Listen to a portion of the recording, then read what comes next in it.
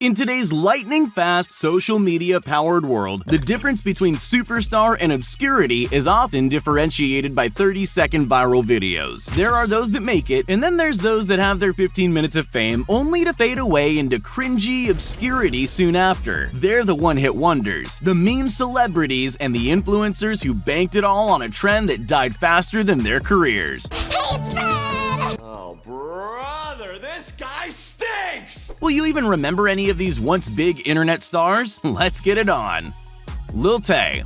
Introducing Lilte, the self-proclaimed youngest flexer of the century. The 9-year-old exploded onto the social media scene by uploading videos wherein she put on a persona of wealth and street-smart bravado while flashing fistfuls of cash amid wearing designer clothing in her huge mansion. The only problem was, no one knew who she was or where exactly all that money came from, although in her own words it came from selling bricks and trapping. As with all things, eventually the truth came out, and it turned out to everyone's shock that this 9-year-old girl was not in fact trapping. The multi-million-dollar apartments were her real estate agent mother's property listings. The clothes still had sales tags, and the lines were fed to her by her family members trying to cash in on the trend of unruly children becoming famous online. All of a sudden, poof, she vanished. Will she make a comeback? I guess we'll have to wait and see. However, things aren't looking too good for the former youngest flexer. Psy.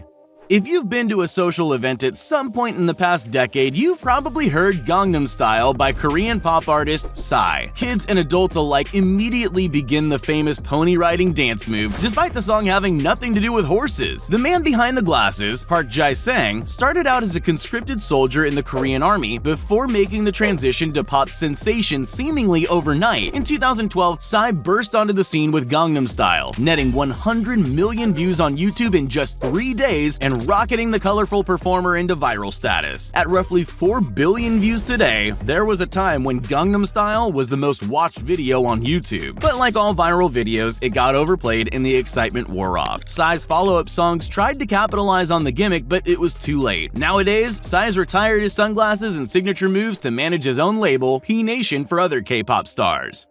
Ylvis.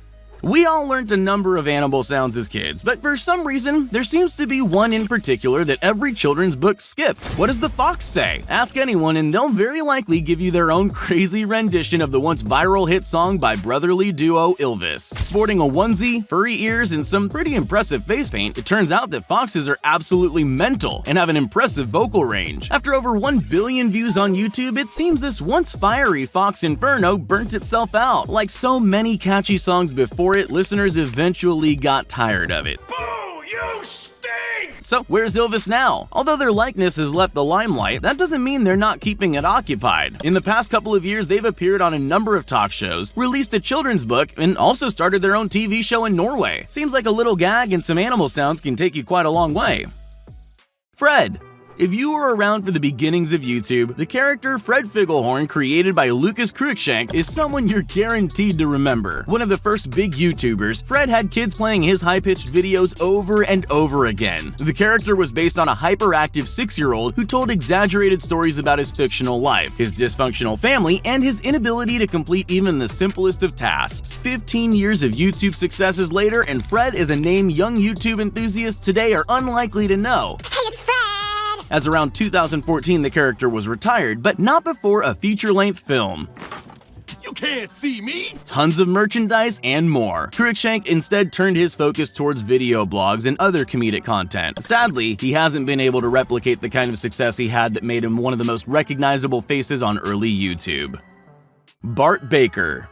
Bart Baker was the definition of an internet phenomenon. Over 10 million subscribers and more than 3 billion views, he had it all during his time on YouTube. He made his mark on the internet by creating parodies of popular American pop artist music, like Taylor Swift and Justin Bieber. When the infamous YouTube adpocalypse hit, Bart openly criticized the platform after seeing his revenue from ads plummet sharply. And caught up in his own hype and self-importance, he got a mysterious email from a Chinese social media platform promising to make him a star, and he grabbed the opportunity opportunity with both hands. Almost instantly, he became a sensation with millions of followers on Kwai and Douyin, Chinese apps similar to YouTube and TikTok. He translates Chinese songs into English with Google Translate and then sings his own over-the-top rendition, and he's even moved to China. These days, Bart is more famous for videos joking about his transition to Chinese entertainment in the West, but even if he looks silly, he's laughing all the way to the Chinese bank.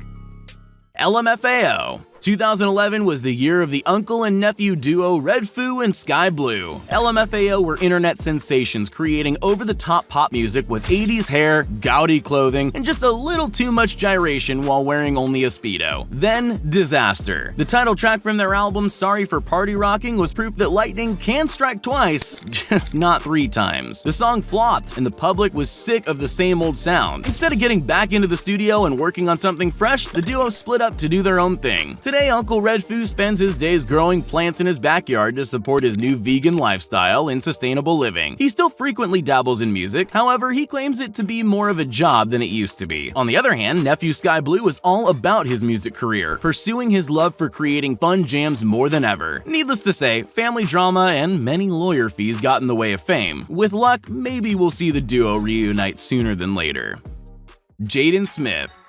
After being thrust into the spotlight of Hollywood at a young age, the Smith kids are no doubt talented, but more than a little bit eccentric. Having famous actors worth a combined $320 million as parents means you're never going to have a normal childhood, but Jaden Smith made the decision to emancipate himself from his parents at the tender age of 16. He was a promising actor that starred in a few box office hits like Karate Kid, but it all fell apart when he again starred alongside his father in After Earth. The film cost $130 million to make, but only earned $60 million from the box office, an absolute disaster. Jaden fell out of favor in Hollywood. He developed a habit of saying unintelligible nonsense for the purpose of either messing with interviewers or failing to seem deep. Now he's fully engulfed in his rap career and frequently charting, but still has a very long way to go to ever meet his famous father's success. Hide the Pain Herald. What would you do if you found out that you were the face of a hugely popular internet meme years after you went viral? This is the case for Hide the Pain Herald. Full disclosure here, Herald isn't actually his name at all. He's a retired electrical engineer and native Hungarian whose friends call him Andras Arado. This mix-up came about when he was modeling for some stock photography. Instead of smiling, old friend Herald grimaced in pain for reasons. It looked like he was sitting at his computer, in incredible discomfort and perhaps even a little constipated. It would take a full 2 years for Andras to realize he was meme famous. And despite missing the peak of his own popularity, these days Andras takes ownership of his famous face and uses it to make a living from TV appearances and endorsements. Better late than never. Pen Pineapple Apple Pen. Many will remember the overnight sensation of the Pen Pineapple Apple Pen song. This creative piece by Japanese comedian and musician DJ Daimo Kosaka was suddenly playing on millions of screens worldwide, many of its viewers forgetting about it as soon as the next trendy song came about. However, as this video proves, once a one-hit wonder disappears from the charts, it doesn't mean they disappear from the world. The DJ is still relatively popular in Japan, with the character he played in the PPAP song named Pikotaro still creating silly parodies.